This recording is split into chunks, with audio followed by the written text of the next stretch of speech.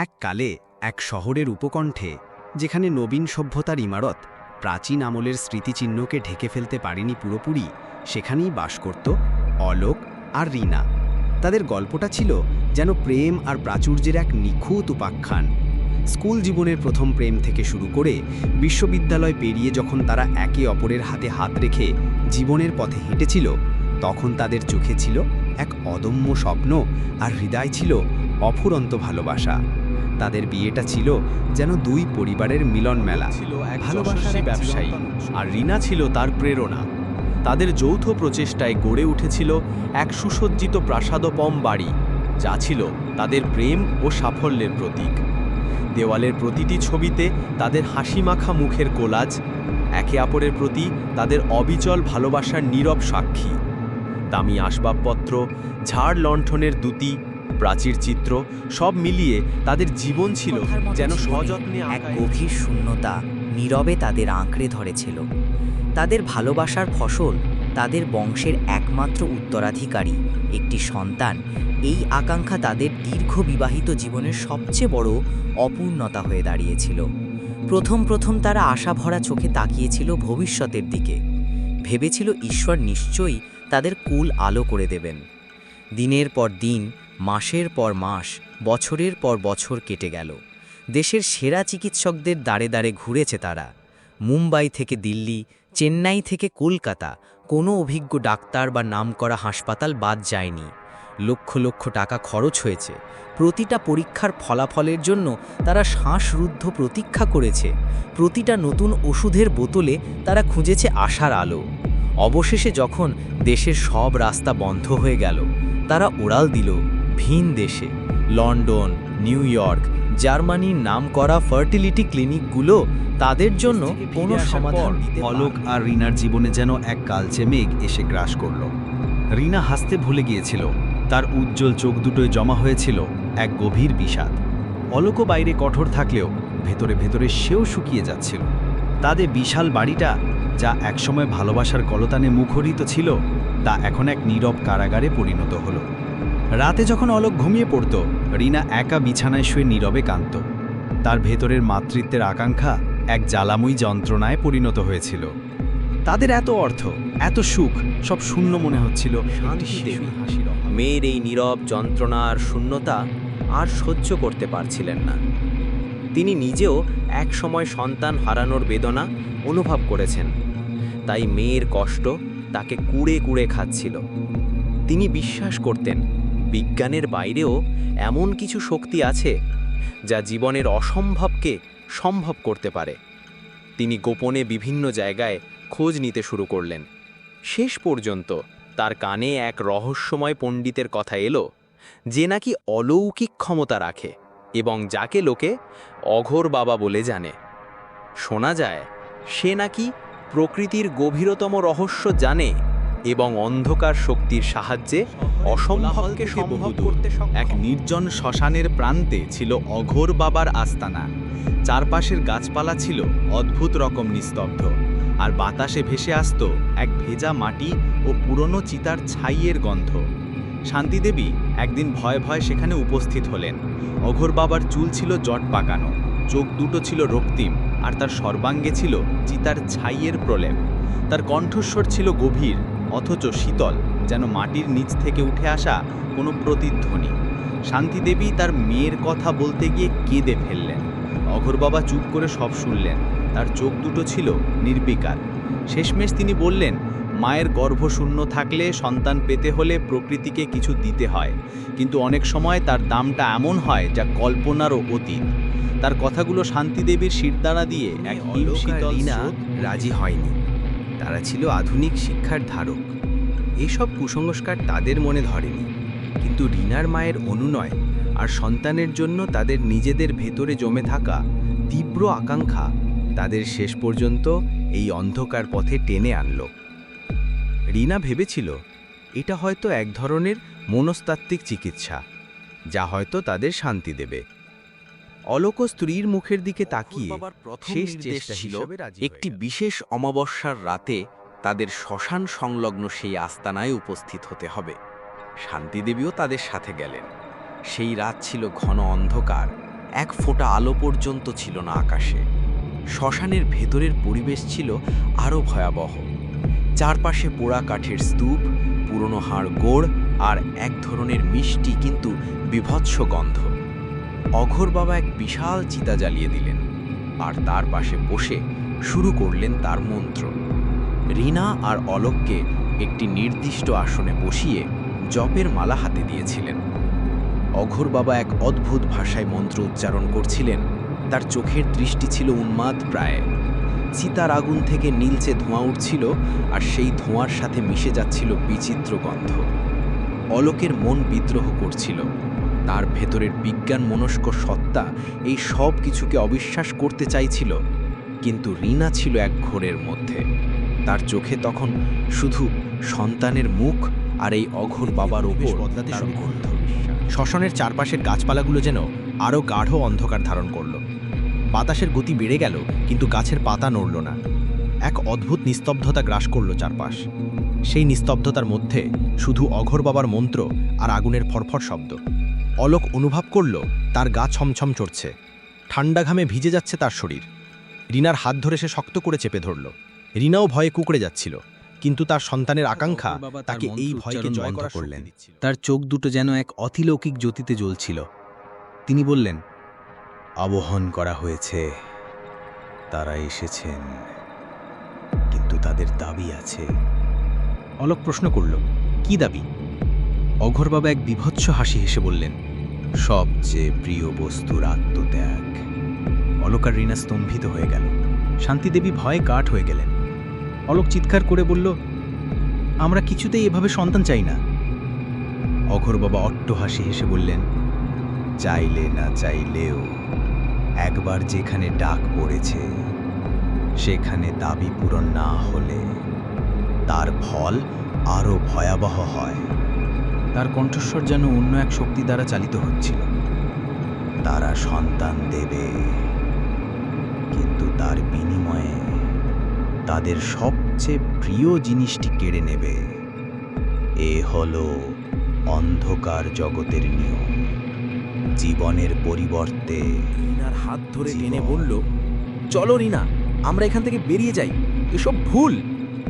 কিন্তু রিনা তখন এক অন্য জগতের বাসিন্দা। সন্তানের জন্য তার আকাঙ্ক্ষা তখন উন্মাদনার সীমায় পৌঁছে গেছে। তার চোখে তখন এক ঘোর, এক তীব্রতা, যা অলোকের অচেনা। সে অলোকের হাত ছাড়িয়ে অঘোর বাবার দিকে তাকালো। অঘোর বাবা বললেন, তোমার স্বামী তোমার সবচেয়ে প্রিয়, সে তোমার পাশে আছে। সন্তান পেতে হলে তাকে উৎসর্গ করতে হবে। একটি নতুন জীবনের জন্য একটি পুরনো জীবনের আত্মত্যাগ। শান্তিদেবী ভয়ে কাঁপতে কাঁপতে বললেন, এইসব কি বলছিস বাবা? আমার মেয়েকে এ কেমন কথা শোনাচ্ছিস? কিন্তু অঘোর বাবা তখন আর শান্তিদেবীর কথা শুনছিলেন না। রিনার দিকে তাকিয়ে বললেন, সিদ্ধান্ত তোমার। এক জীবন, এক সন্তান। তুমি কি প্রস্তুত? তোমার ভালোবাসা কি এতটাই গভীর যে তুমি তোমার সন্তানের জন্য সর্বশ্রেষ্ঠ ত্যাগ স্বীকার? আলো তার মনে হলো অলোক তো তার সাথে সবসময়ই আছে, কিন্তু একটি সন্তান, সেটি তো তার রক্ত, তার পরিচয়। এই সুযোগ সে হারাতে পারবে না। মাতৃত্বের আকাঙ্ক্ষা যা এতদিন তাকে পুড়িয়ে মারছিল, সেদিন যেন তা এক বিভৎস রূপে তার সামনে এলো। সে তার ভালোবাসার মানুষ অলোকের দিকে তাকালো। অলোক তখনও হতবাক হয়ে ফ্যালফ্যাল করে তাকিয়ে আছে রিনার দিকে। তার চোখে তখন শুধু ভালোবাসা আর বিস্ময়। সে কল্পনাও করতে পারেনি রিনা সম্মতি জানালো। তার মুখটা পাথরের মতো কঠিন হয়ে গেছিল। তার ভেতরের মাতৃত্বের ক্ষুধা যেন তার বিবেককে গ্রাস করে ফেলেছিল। অলোক বিশ্বাস করতে পারল না রিনা এমন একটা সিদ্ধান্ত নিতে পারে। সে রিনার হাত ধরতে চেয়েছিল, কিন্তু রিনা নিজের হাত সরিয়ে নিল। অঘোর বাবা এক বিভৎস হাসি এসে বললেন, তাহলে তাই হোক। নতুন জীবনের আগমন হবে, কিন্তু তার জন্য পুরনো জীবনকে বিদায় জানাতে অসাড় হয়ে গিয়েছিল। তিনি চিৎকার করতে চেয়েছিলেন, কিন্তু তার গলা দিয়ে কোনো শব্দ বের হলো না। অলোক আর্তনাদ করে রিনার দিকে তাকিয়েছিল, কিন্তু রিনার চোখে তখন এক ভয়ঙ্কর দৃঢ়তা। সেই রাতে শ্মশানের আগুনে এক চরম আত্মত্যাগ সম্পন্ন হলো। অলোকের জীবন কেড়ে নেওয়া হলো, তার ভালোবাসার মানুষ রিনার ইচ্ছায়। তার দেহটা ধীরে ধীরে আগুনের লেলিহান শিখায় মিলিয়ে গেল, আর তার শেষ আর্তনাদ মিলিয়ে গেল শ্মশানের বাতাসে। রিনার চোখে এক ফোঁটা জলও ছিল না। তার ভেতরে তখন শুধু এক অদ্ভুত শূন্যতা আর এক ভয়ঙ্কর আশা, এক নতুন জীবনের আশা। অঘোর বাবা শেষে বললেন, তোমার সন্তান হবে, কিন্তু মনে রেখো তার পিতা অন্ধকার। সে তোমার, কিন্তু সে দানবীয় শক্তি। রিনা চুপচাপ হয়ে গেল। লোকে বলল অলোক নাকি এক দুর্ঘটনায় মারা গেছে। রিনা তার শোককে চাপা দিল এক অদ্ভুত প্রত্যাশায়। অঘোর বাবার কথা সত্যি হলো। কয়েক মাসের মধ্যেই রিনা অনুভব করল তার গর্ভে নতুন জীবন এসেছে। সবাই অবাক হলো, কিন্তু রিনা তখন এক অন্য ঘোরে।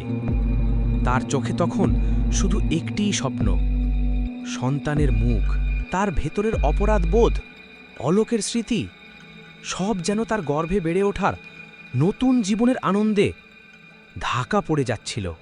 তার মা শান্তিদেবী অবশ্য এই সব কিছুতে এক অশুভ ছায়া দেখতে পাচ্ছিলেন। তার মেয়ের ভেতরে এই অদ্ভুত পরিবর্তন গর্ভকালীন সময়টা তাকে ছিল ভীত করে অদ্ভুত। তুলছিল। তার কোনো শারীরিক সমস্যা ছিল না, কিন্তু অদ্ভুত সব স্বপ্ন দেখত সে। কখনো স্বপ্নে দেখত এক কালো ছায়া তার গর্ভের চারপাশে ঘুরছে, কখনো দেখত এক রক্তিম চোখ তাকে পর্যবেক্ষণ করছে। দিনের বেলায় সে নিজেকে সান্ত্বনা দিত, এগুলো তার অস্থির মনের কল্পনা। অবশেষে সেই দিন এলো। এক পূর্ণিমার রাতে, যখন চাঁদ ছিল মেঘে ঢাকা, রিনার কোলে এলো তার কাঙ্ক্ষিত সন্তান। একটি ফুটফুটে ছিলে, দেখতে সুন্দর, নিখুঁত, কিন্তু জন্মলগ্নে তার কোনো কান্না ছিল না। তার চোখ দুটো ছিল অস্বাভাবিকভাবে উজ্জ্বল, যেন তাতে প্রাচীন কোনো জ্ঞানীর গভীরতা লুকিয়ে আছে। সবাই যখন আনন্দের জোয়ারে ভাসছিল, রিনার মানে তখন এক শীতল অনুভূতি। শিশুটির দিকে তাকিয়ে তার মনে হলো এটি তার সন্তান, কিন্তু এর মধ্যে এমন কিছু আছে যা সে বুঝতে পারছে না। তার মা শান্তিদেবী শিশুটিকে কোলে নিতে গিয়ে কেমন যেন এক শীতল ভয়ের অনুভূতি পেলেন। শিশুটির স্পর্শ ছিল বরফের মতো ঠান্ডা, আর তার চোখ দুটো যেন সব অনুভূতিকে অগ্রাহ্য করতে চাইল। সে নিজেকে বোঝালো মাতৃত্বের এই নতুন অভিজ্ঞতা তাকে অন্যরকম ভাবাচ্ছে। সে তার ছেলেকে প্রাণ দিয়ে ভালোবাসতে চাইল। ওর জন্য সে অলোকের জীবন নিয়েছে, তাই এই শিশু তার জীবনের সবটুকু। কিন্তু শিশুটি যেন তার স্বাভাবিক আচরণে ছিল না। সে কখনো কাঁদত না, শুধু চুপচাপ শুয়ে থাকত। তার চোখ দুটো সবসময় খোলা থাকত, স্থির দৃষ্টিতে তাকিয়ে থাকত শূন্যের দিকে, যেন অদৃশ্য কিছু পর্যবেক্ষণ করছে।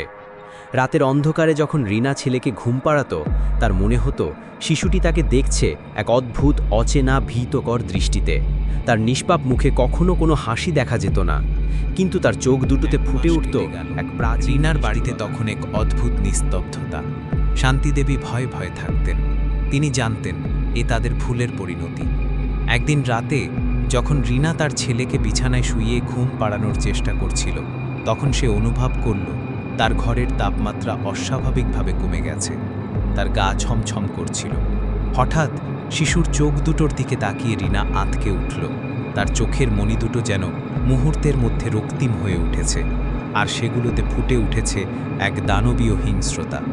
শিশুটির নিষ্পাপ মুখটা যেন মুহূর্তের মধ্যে বিকৃত হয়ে গেল। তার ছোট্ট হাত দুটো যেন অস্বাভাবিক শক্তি নিয়ে রিনার গলা চেপে ধরল। রিনা চিৎকার করতে চেয়েছিল, কিন্তু তার গলা দিয়ে কোনো শব্দ বের হলো না। তার হাতে থাকা ছোট্ট শিশুটি যেন মুহূর্তের মধ্যে এক দানবীয় শক্তিতে পরিণত হলো। সে তার মায়ের গলা চেপে ধরেছিল এক অদম্য আক্রোশে। রিনার চোখে তখন ভেসে উঠল অলোকের মুখ। তার মনে হলো এ তার পাপের প্রায়শ্চিত্ত। সন্তানের জন্য সে যা করেছে তার ফল তাকে ভোগ করতেই হবে। তার শ্বাসরুদ্ধ হয়ে গেল, তার চোখ দুটো স্থির হয়ে গেল। 1 মাসের নবজাতক শিশুটি তার মাকে এক নির্মম খেলায়। শান্তিদেবী যখন রিনার ঘরে ঢুকলেন, তখন ঘরের দৃশ্য দেখে তিনি ভয়ে চিৎকার করে উঠলেন। রিনার দেহটা বিছানায় পড়েছিল, তার মুখে ছিল এক বীভৎস যন্ত্রণার ছাপ, আর তার পাশে সেই ছোট্ট শিশুটি স্থির চোখে তাকিয়েছিল শূন্যের দিকে। তার মুখে কোনো ভাবান্তর ছিল না। তার চোখ দুটো আবার স্বাভাবিক হয়ে গিয়েছিল, কিন্তু তাতে ছিল এক শীতল নিষ্ঠুরতার লুকানো ছায়া। অলোকের সেই সুবিশাল প্রাসাদোপম বাড়িটা আবার নীরব হয়ে গেল, কিন্তু এবার তাতে এক গাঢ় অন্ধকার আর এক অশুভ শক্তির উপস্থিতি। সেই শিশুটি বেঁচে রইল, কিন্তু তার ভেতরে ছিল এক দানবীয় সত্তা, যে সন্তান পাওয়ার জন্য রিনা তার ভালোবাসার মানুষটিকে উৎসর্গ করেছিল। সেই সন্তানই তার জীবন কেড়ে নিল।